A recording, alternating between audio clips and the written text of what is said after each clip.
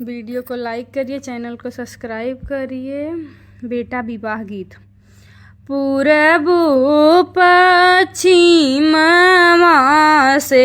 आवेला जोगिया, बैठई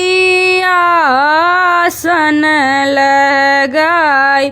भीतरा से निकली है मैया सुनैना, लइहा जोगिया अपन भीख भी नाही हम लेबै, सासु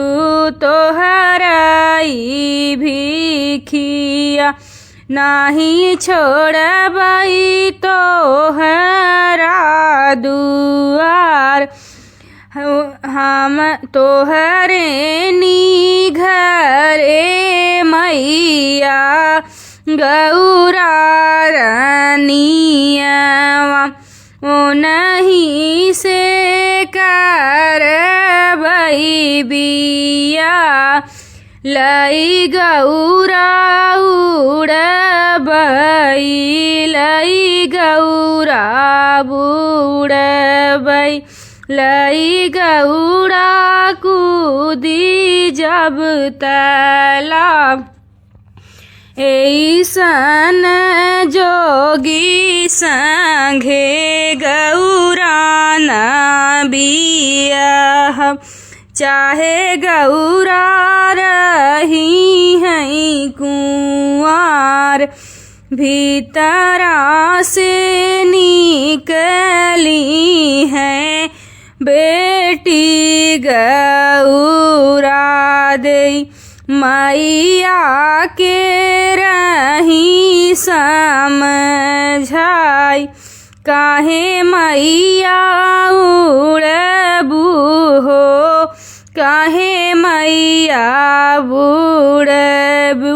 काहे मैया कूदबू तालाब,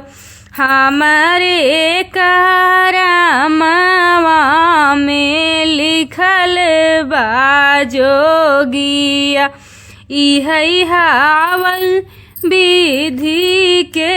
विधान, बिच्छू के देखी बेटी तू जे डरी जा, सांप देखी घबराई, राखी हवाई पाती देखी जियरा डेराई हैं, विधन लिखे विधान, बिच्छू तहावे मैया हमारी बहिनिया,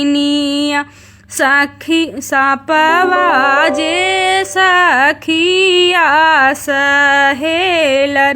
रखिया यौ पतिया झरी पोछी